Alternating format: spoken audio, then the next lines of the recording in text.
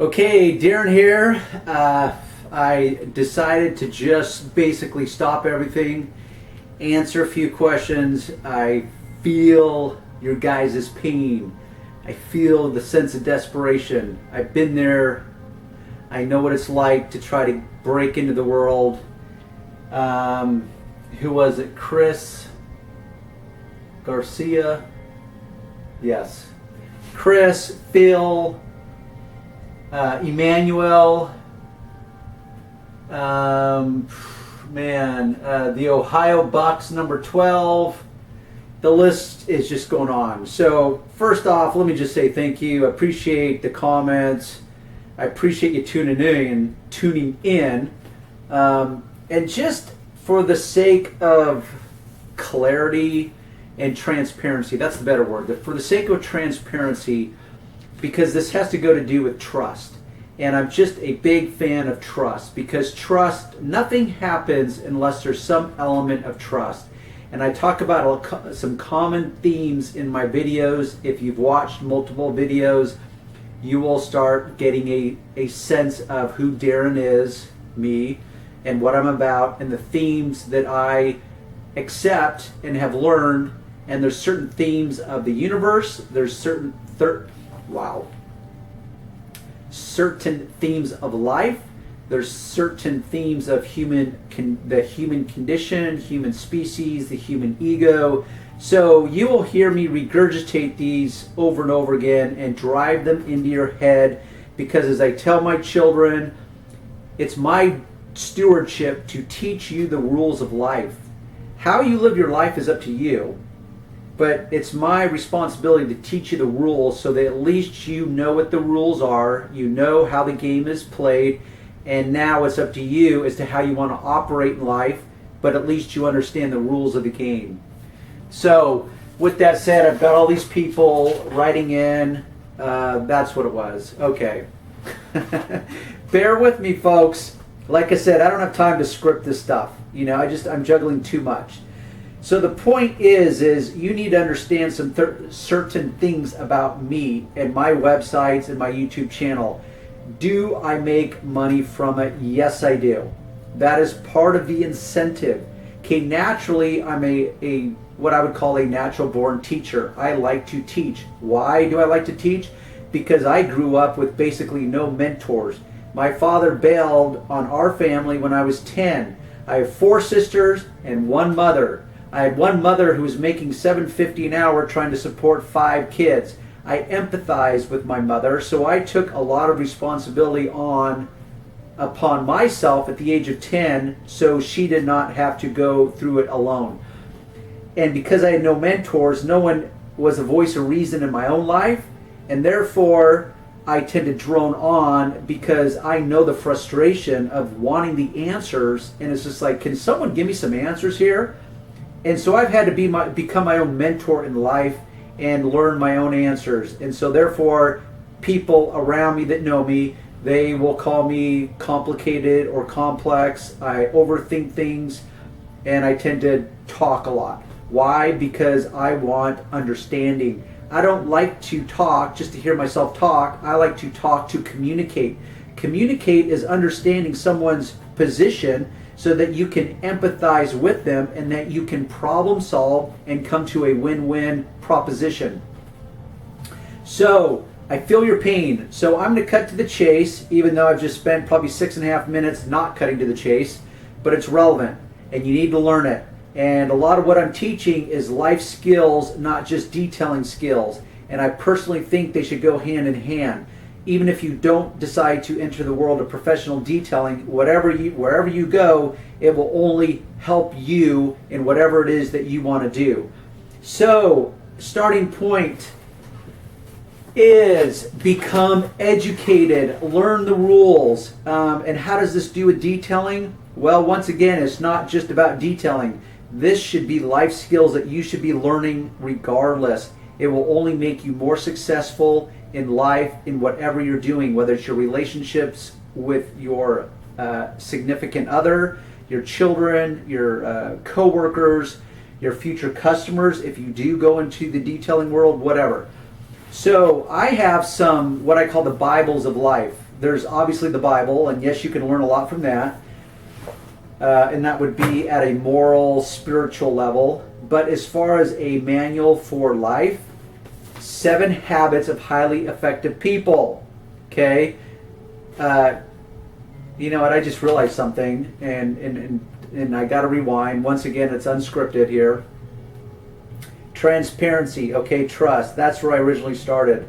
See, I've got so much swirling in my head. I'm juggling so much, and I'm going to teach so much.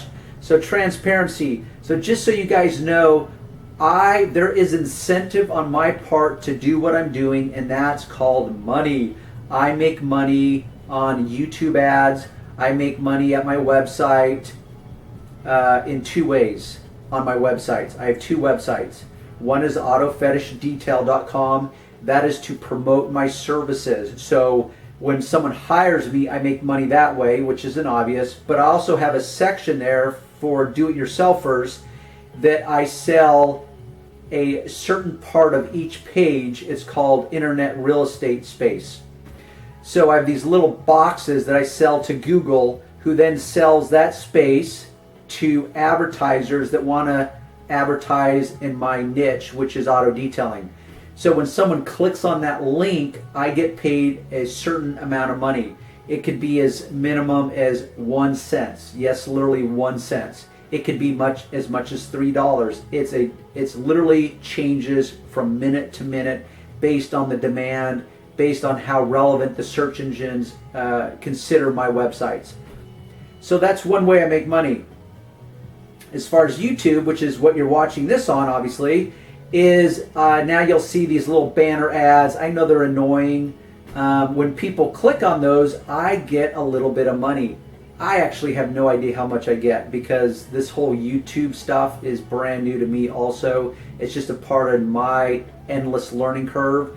And then also, when you want to purchase the products that I recommend, and you go to my website, because in my description box of each video, there's always going to be a link. Now that link could take you to a specific page where I talk about the specific tools or products. And if you click on the link of that product, let's say it's hyperdressing, and you say, oh cool, I want to use hyperdressing from now on. So you go to my website, you find it, and it takes you either cut and paste that link into your address bar, you find my site, you find that page, you read it, I get very comprehensive, and you click on the link, and now it opens up another window, and it suddenly is autogeek.net. And you think, well, what the heck is this autogeek.net? It's like, well, that's where you buy products from. That's what's called my affiliate partner. Every time you make a purchase, I get paid a commission.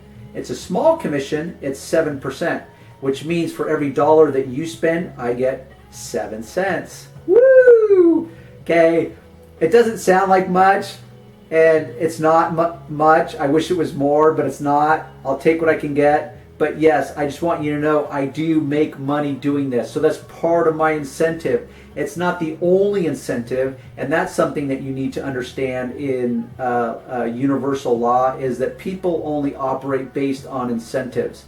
They either will be motivated by fear or loss, or they'll be motivated by gain, validation, pleasure, those types of things. So people are only driven by incentives. How do you incentivize someone?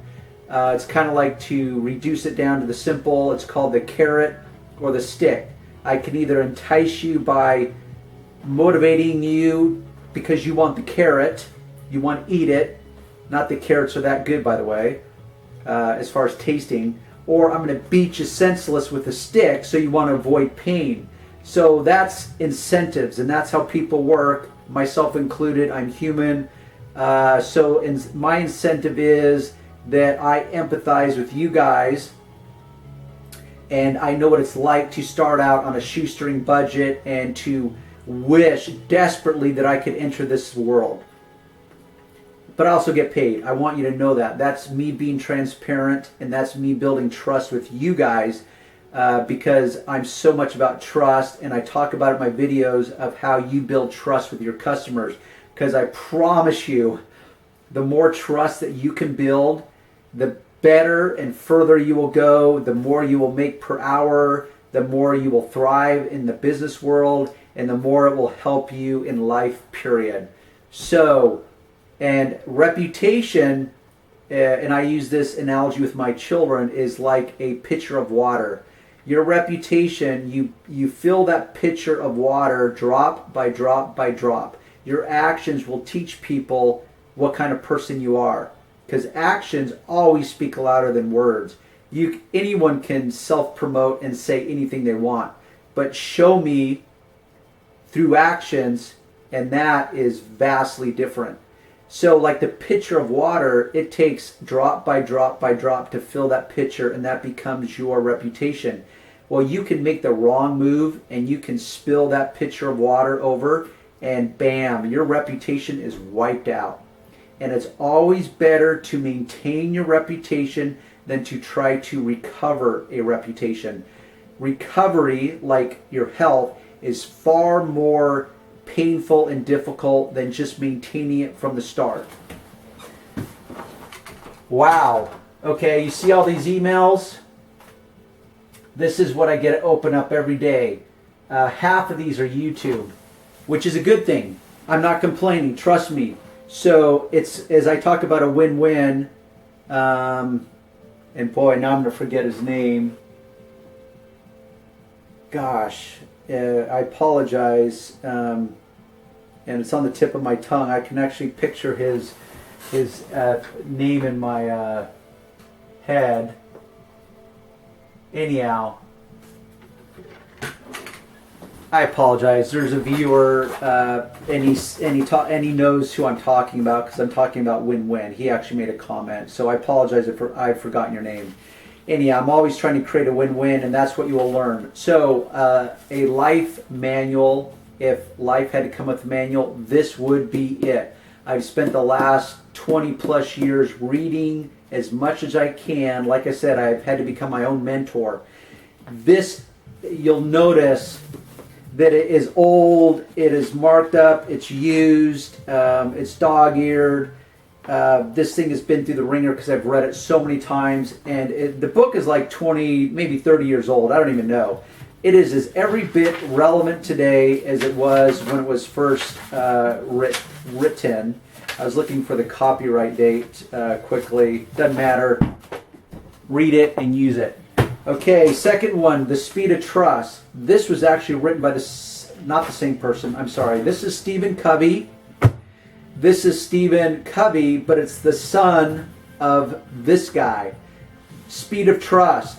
Very important book. It talks about trust and how trust really can make or break your world. The third book, which has to do with financial intelligence, okay? This will only help you in your life, whether it's professional detailing or not. Richard Kiyosaki, if you have not heard of him, I'd be very surprised. Rich Dad, Poor Dad. A definite must. So between these three books, at least start there. And that's my point, because guys say, well, where do I start? I've got a family, and I get people with, from all different walks of life, all different demographics. Guys that are a little bit older, they've already have a family, they've already got debt, commitments. I get it. Car payments, house payment, rent payment, I get it. I started out, just to give you a little history, I started out accidentally in the detail business because I had just gotten married. I was looking for a way to supplement my income. I was a customer service rep delivering medical equipment to hospitals that leased the equipment out.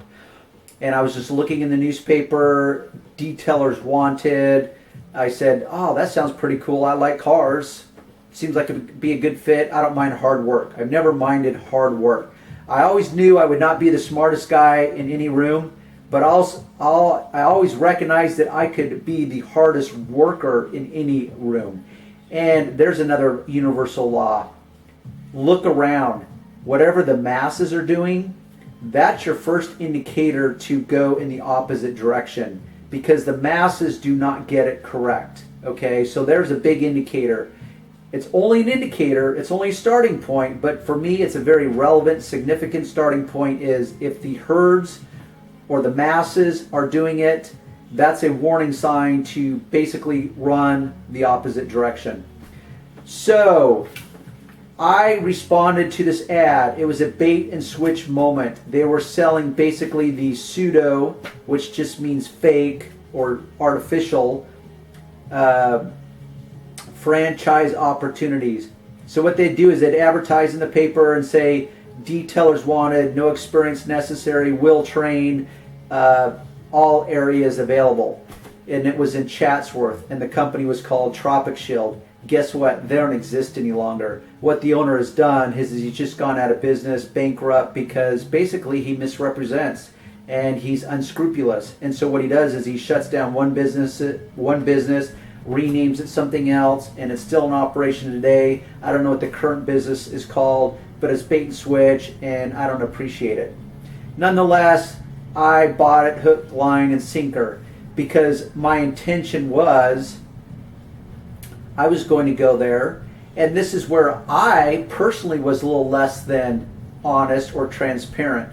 Now, if someone had asked me, which they did not ask me, I would have told them, it's like, hey, you know what? My real goal is to get a job with you, learn the industry, and then go out on my own. No one asked me that, but when I got there, they said, hey, if there's any guys that are here for the job, but you know you want to be in the business already, we have this opportunity, and it's like, sign me up. That was me. So that was me being honest because I knew what my goal was. So it cost me like $1,500. I got all these cool chemicals. I went through a whole 2 days of training. I did learn something, but basically I sat on my butt for the next 2 years and did nothing. Then I went back to college because I didn't have a goal. I knew I wasn't going to last in the corporate world because I found myself constantly being a voice of reason, and all the managers that I worked under, they didn't like that. They just wanted to keep status quo, keep their power and authority, create busy work that was ineffective, inefficient, and I always recognized inefficiency and ineffectiveness, and it bothered me. I could not stand it. So I would give pushback. I'd say, hey, manager, why are we doing this?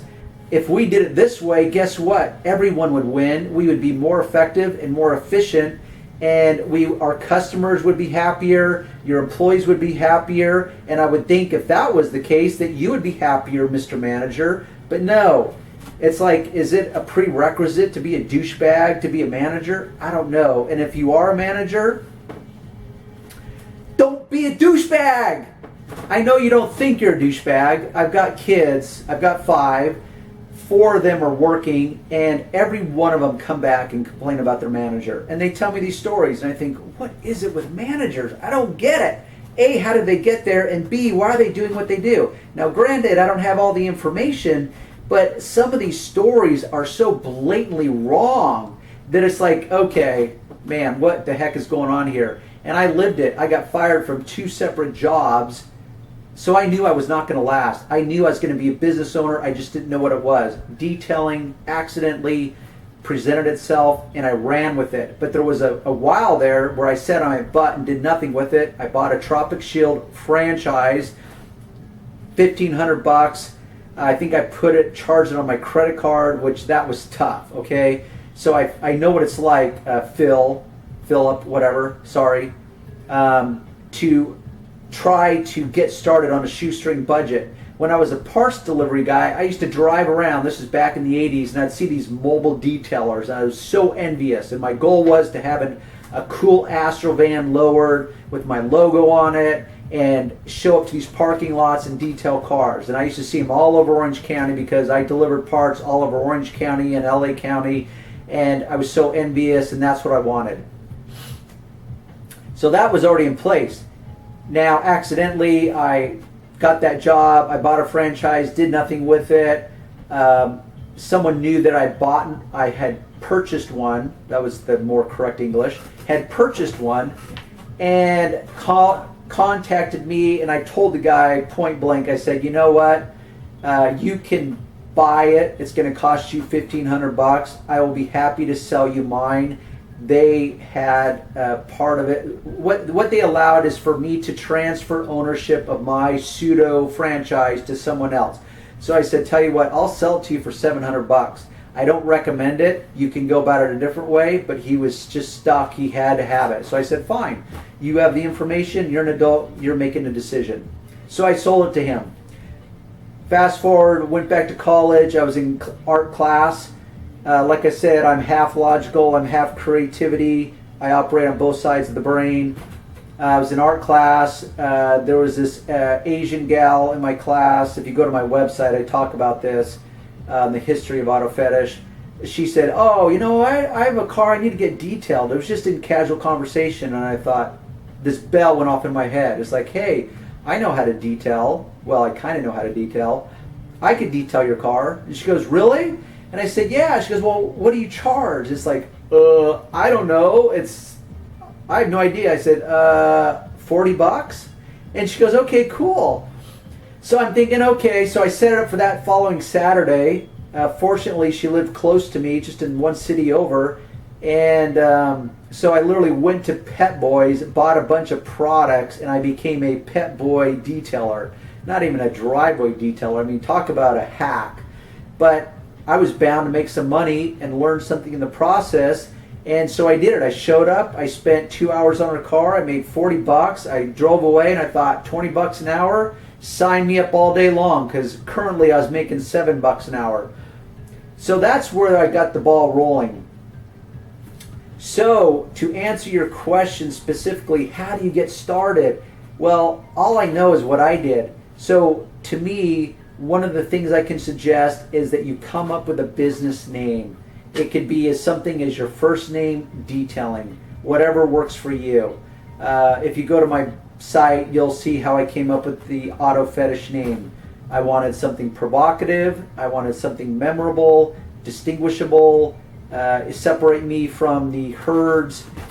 I think it worked, and it has stuck, and people remember that name. Auto fetish is like, whoa, what's up with that? What's with this whole fetish thing? You know, it's a little bit scandalous at a level. And if you don't know what fetish means, look it up. Anyhow, so come up with a business name. Get some cards printed. Nowadays with online like Vistaprint, you can get cards so cheap. You can do the layout online. I think Vistaprint, you can literally just pick a font.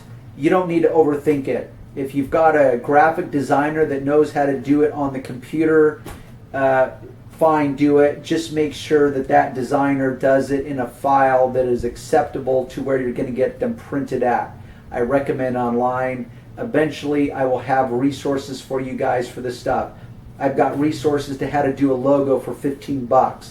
You can do a full layout. They'll design your stationery, and that's what it's called officially. Stationery includes your business card, letterhead, and an envelope. That's overkill. All you really need is a business card. I have all that stuff. In fact, here's my old envelope. No, this one. See, envelope. I rarely use them. I have a couple customers I invoice, so that's my old logo. Anyhow, so that's overkill for you. Don't do it. Don't do it yet. Just get a business card. And what I did is I got a business card made up. I did my own design work. This is before the digital age. You guys have it so much easier. Just don't realize. This online stuff is the ticket. So do up a business card. And what I did is I literally went to the mall and I stuck them on all the nice cars. Why did I stick them on the nice cars? Deductive reasoning. Obviously, they have the means to afford a nice car. Unfortunately, what you realize in this industry is that a lot of people live on the edge, and they drive their money around and they maintain appearances. And that's another mantra. Appearances are just that. Everyone maintains them, but unless you know what's going on behind the scenes, you just don't know, because everyone maintains appearances, and usually they're contrived or artificial at a level. So what may appear like something is really a house of cards, meaning they're living on the edge. They can barely afford their new lease payment on a BMW, and they're not buying it, they're leasing it. And that's the renter mentality, which is vastly different than the equity, ownership mentality. So that's another learning lesson that you will learn. So just because you see someone driving a nice car doesn't mean they can actually afford to maintain that car appropriately. That just means they can afford the lease payment. If they could really afford it, they would have purchased it or bought it instead of leased it, because you just can't justify a lease unless you make so much money you don't mind renting a car for 3 years so you can upgrade it each and every 3 years. Financially, it just doesn't make sense, even on taxes. And I know a pretty healthy level of tax code. Anyhow, so you could go to the mall. I don't know where you live. It's going to be different. Some of you I know live out like kind of in the outskirts of metropolitan areas, the suburbs. It's so densely populated here in Orange County that even though I live in the suburbs of LA, Orange County is a completely different element, or it's totally separate from LA. Even though people associate it with LA and Southern California, it's completely different. You drive from city to city, you don't know when you're passing from one city to the next because it's just so densely populated. So that's the good news for me. I don't know what it's like in your city. What I did is I went to a mall, I stuck my cards on these high-end cars. Look for new cars. Look for cars that are newer. You know why? Because newer cars are easier to detail than piece of crap cars. You will spend more time detailing the piece of crap cars. But with that said, is you got to put your dues in. And so that's what I encourage you to do, is learn, and learn. Hone your skills, learn your products, learn your techniques. And it's like I tell my children, and I think this is advice from Richard Kiyosaki, is you don't get a job for the money, you get a job for the experience. And I tell my kids that. You get a job for the experience. That's what you want. The more experience that you have, the better your resume will look, because you are your own business. What do you have to offer? I teach my kids to look at themselves as their own little business. Okay, what's my unique value proposition? What do I represent? Why would you want to hire me over the next guy? So that's where experience comes in. So get a job based on the experience. Don't get a mindless job that it's not going to teach you anything. That's because all you're looking at is the short-term results, which is a paycheck. You become a wage slave. So the same with customers, is you want to attract the right customers. And that's another point from Stephen Covey, is start with the end in mind. So it's like if you're an architect, you have this vision. Okay, you want it to look like this. Okay, now you've got to work backwards from there all the way to the beginning. It's like you know what the end is going to look like, but you're here at the beginning, so now you know the different steps you need to do and go through to create the end result. So he calls it starting with the end in mind. That's not a verbatim, but that's the closest I can come right now. But that will always change. But right now you can decide, it's like, yeah, I want to be a professional detailer. I want to, wow. See how complex this is? And this is why I feel your pain. Anyhow, so as I was saying, because my camera shut off, it shuts off after 30 minutes. Boy, talk about the ability to just drone on. Hopefully you're gaining some information. I'm trying to shove as much information as I can into these little videos. There's a laugh for you. Anyhow, so start with the end in mind. What do you want to become? That will change. It has always changed in my life, but I always have a vision of what I want to become. So for example, I'm going to use a prop here, Monster drinks. I'm a big fan of them. Now look at this can. Talk about details. Not only is it shiny, it's got different colors, but there's actually texture on the can. There's actually a cutout on the lid, whatever you call this thing, that's got not only an M for Monster, but it's in there literally in the same exact shape of their logo. Talk about details. I mean, that's cool. Now, it's such a cliche here in California. I don't know about your part of the world, but it's like, wow, yeah, I'm cool because I drink Monster, I drink Red Bull or whatever. Well, the bottom line is, okay, two things to learn here from this moment is, one, presentation is king. What are you What are you marketing? What are you marketing to the world? Second is that all the marketing in the world will not overcompensate for a poor product. So this can be as cool as it can get. I don't know how they're going to get it any more cool than this. Now, if it tastes like caca, I'm not going to drink it. I don't care how great the can looks. So what's the lesson? Is I don't care how cool my shirts are, or how cool I look as a person, or whatever, how cool my detailing van is, how much money I put into it. If you can't perform and deliver the results, it doesn't matter how cool you look. It doesn't matter your presentation, because you can't perform. So you need to learn how to perform, and that's why I say learn, learn, learn. So you may have to do some cars for free.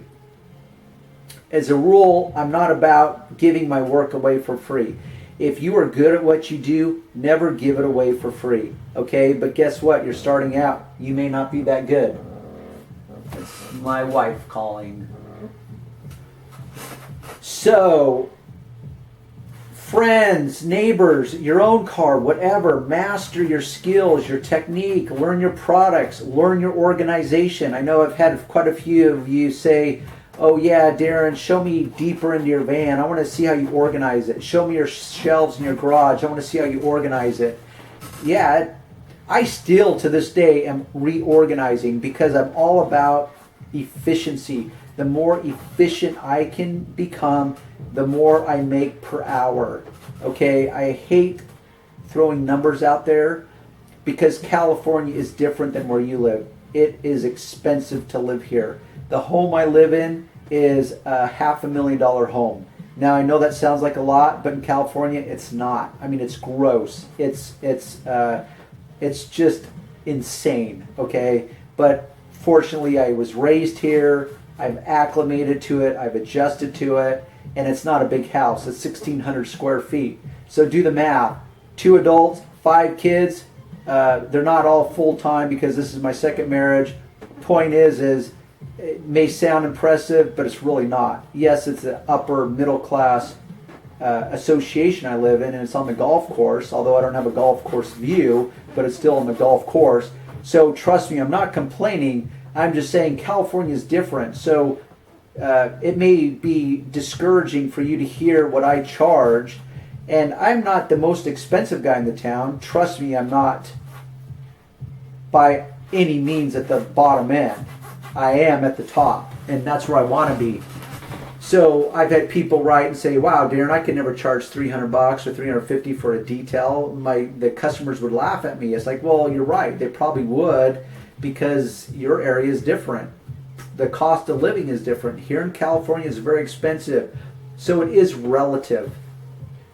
But with that said, there's plenty of car washes here that you can go and get a special detail for like $150. So I get many calls from my website, people, and they say, oh, I want to know how much you charge, because they're too lazy to do any due diligence on my website. So all they do is go on the internet, grab my phone number, and call, hey, how much do you charge? It's like, well, I've got a full pricing page, and I tell you exactly what I do, what I charge. You actually could have found out that information yourself, but I get it. Convenience. It's kind of like the drive-through fast food restaurant. I don't want to get out of my car, even though I got to walk 20 feet to the counter and order my food. I can stay in my car and order at the speaker. I get it. Point is people call and they're like, they go into shock. It's like, what, $300? What are you, nuts? No, I'm not nuts.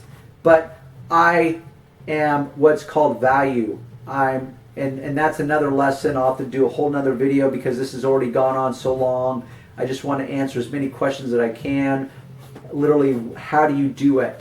Well, the first so to summarize, educate yourself, become informed, not just with detailing, but with life and how it operates. Gain some financial intelligence. Get yourself out of debt. Okay? If you have to operate in desperation mode, which means that you have decided to take on detailing full time, and now you are so desperate to make money you'll take on any job, that's a bad position to be in. You may have to push your plans back 6 months Trust me, I've been pushing my plans back for years and years and years. What I thought I would accomplish at the age of 25, I didn't accomplish till I was like 35. What I thought I'd accomplish at 35, I didn't accomplish till I was 45. It's like, wow, how insulting is that? Well, that's just my world. Maybe yours will be better. I don't know. So the point is you've got to hone in on your techniques, get some business cards. You can start it part-time. I literally operated out of the trunk of my car. I had a couple of crates with my products in it. I would show up to a customer's home, plug into their water, their electricity, and that's what's so ironic is that I've come full circle. I've had many employees, I've had many crews that would go out and detail in all these business parks. I had a shop in Santa Ana. I did wholesale work, retail work, auction work. There's just not much I haven't. So I've come full circle. Now I'm almost a one-man operation. I occasionally hire my own sons and the occasional part-timer.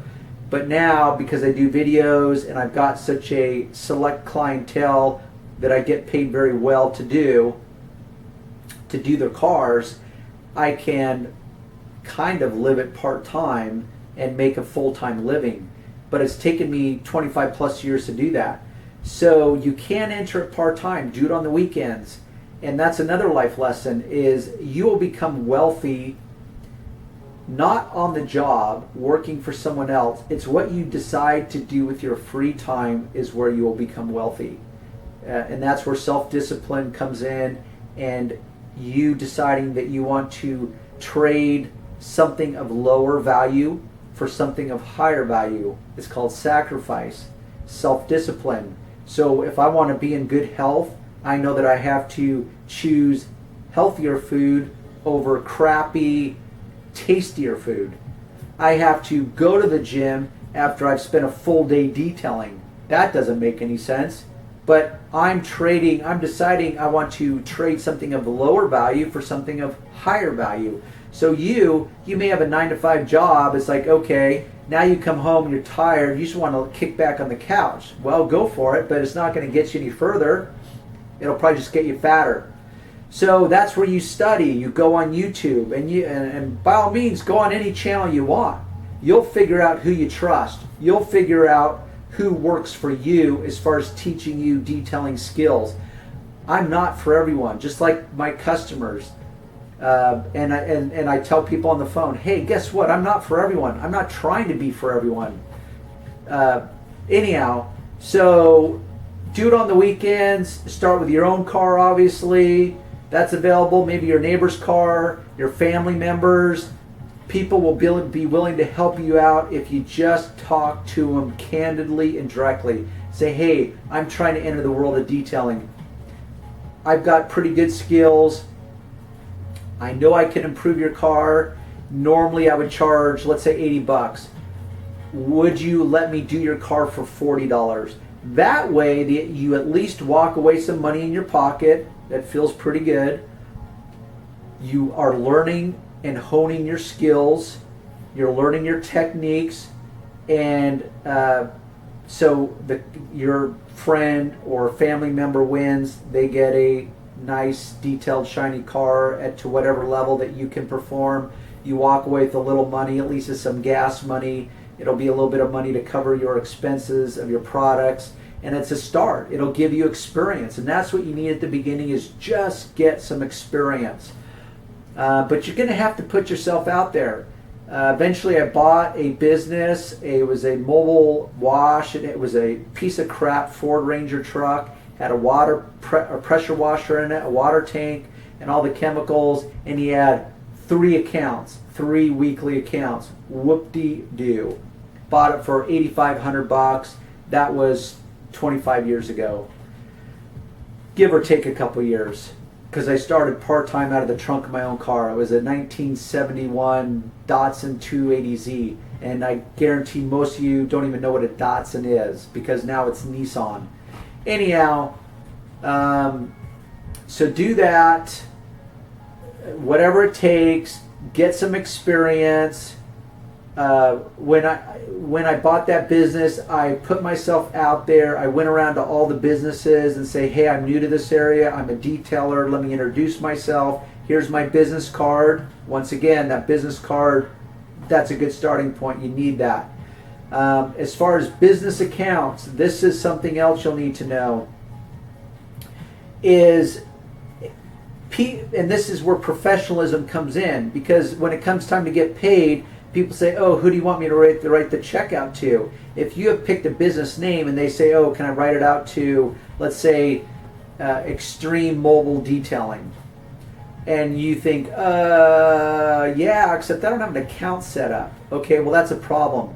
So you may need to get what's called a fictitious business name, which you will have to do first in order to open up an account at the bank that will allow you to cash checks that are made out by your customers in your name. It's very easy. Fictitious business name. Go online. You can do it all online now. Back when I had to do it, I actually had to go to the county courthouse, do it by hand. Now you can do it all online. Once you get a fictitious business name, you'll get all these people sending you stuff in the mail because you have to post it in a local newspaper. They'll contact you. You don't even have to worry about it. They'll contact you. It'll cost like $35. You post that. Now you take that paperwork. They'll send you all the documentation after it's run in the newspaper. You take it to the bank and say, I'd like to open up a business checking account. Here's my fictitious business name. Now you can look a little more professional with your customers, because most of them will want to write a check. If they ask, oh, do you take credit cards? I've never taken credit cards in 25 years. Now I literally only take cash 99% of the time. Why? Because I can, and it's part of what I teach people on my website. Any first-time customers, cash only. Well, people get used to it, and then they just pay me cash. Cash doesn't bounce. I don't have to run to the bank to deposit if I don't want to. Cash is king. So that's just a way where I've decided, hey, you know what? I want to make my life simpler, and I can teach my customers how to work for me and make my life easier and simpler. So you won't have that luxury because you'll probably lack the confidence, and a lot of people will want to write a check. So that's your risk to take. Checks will bounce, so you can decide how you want to operate. Yes, if you've got the backbone, you can demand cash. And if you just act the part, you can get away with murder. Yes, that's hyperbole, but you can get away with murder, which means if you just act like this is just the way it is, and you've been doing this forever, it's like, oh, you know what? I've got a rule. It's I take cash only from any first-time customers. Why is that? Well, because I've been burned in the past, and like so many areas of life, the few have ruined it for the many. So if you just act like that's just normal practice, I've never once had anyone in the past 10 years say, oh wow, I'm not using you, Darren, because you only accept cash. Most people, they get it. It's like, oh yeah, and I have people that will tell me, it's like, oh, I get it. Yeah, I understand. Cash, no problem. So, but I have the confidence to deliver it that way. I know the right words to say, and this is where experience will come in, and this is why you need experience. Just start somewhere. And another life lesson, it's better to just do something than to do nothing. If you're unsure as to the first step to take, it is better to just take a step. Even if it's in the wrong direction, it's better just to get off your butt and take that first step than to do nothing. You know why? Because nothing, I promise you, will deliver nothing. And unless you want to make a change, you got to make a change. I know it sounds silly, but you got to make a change. So just take a step. Learn something today. Decide in your head, I want to learn about a new product. I want to learn how to detail a door panel. Whatever. Figure it out. Just learn, practice. Find a car. If you want to charge, that's icing on the cake, but you need some experience. You need to get a business card. Go online. Do a little search for business cards. It's so much easier. So I'm going to end it there. Each one of these subjects I could drone on for probably a couple hours on each subject, but even though this wasn't a bite-sized moment, this video is probably going to be like 40 minutes long now. Hopefully you've learned something along the way, because I've thrown a lot at you. but I'm bombarded from guys like yourself that's like, Darren, help me out here. I've got bills to pay. How do I get started? Hopefully I've given you some useful information that you can now start thinking about and think, okay, what's my very first step? Okay, got to get a business name. Research, how do I get some business cards? Products, how do I get some products? That's where I come in. The products that I actually use. How do I use those products? Whose car can I practice on? How do I gain some experience? What can I gain? Look at every moment as an opportunity to learn as much as you can. Okay, I'm learning how to talk to people on the phone. I'm learning how to field their questions. I'm learning that most people don't know how to ask the right questions, so I need to kind of direct them and give them information that they may not have the ability to ask. When I show up, what do? When I take a phone call, I got to make sure I get the right information from that customer. Contact phone number. What's their address? What's their zip code? How am I going to find that address? Do I use GPS or are you going to use your phone? I verify that phone number. I repeat it back to them in case I have written it down incorrectly, or sometimes they've actually given me the wrong number. It's like, oh, wait a minute, that's my home number. I want you to call me on my cell phone. I always call my appointments the day before, and I tell people that. Okay, I've got you down for next Wednesday, 2 o'clock. I always call my appointments the night before just to confirm and to make sure we're on the same page. So you will be getting a phone call from me on Tuesday for our appointment that's on Wednesday at 2 o'clock. So I call them, and always, always, always do what you say. Say what you mean. I don't remember what the adage is. But follow through. Don't overpromise and underdeliver. Underpromise and overdeliver. But always do what you say you're going to do. Yes, it might be inconvenient to call them the night before, but guess what? There's nothing worse than showing up at a door and they have forgotten. Or Johnny husband forgot to tell little Miss Wifey, hey honey, I'm getting your car detailed tomorrow for you. The guy's going to show up at 10 o'clock. Well, guess what? You show up and the wife says, hey honey, I can't sit around for my car to be detailed. I've got plans. Why? Because they don't know how to communicate as a husband and wife. So that's what you learn. Unfortunately, I had to learn it the hard way, and because experience has taught me, now I can teach you, and you don't have to learn it the hard way. So confirm your appointments the night before.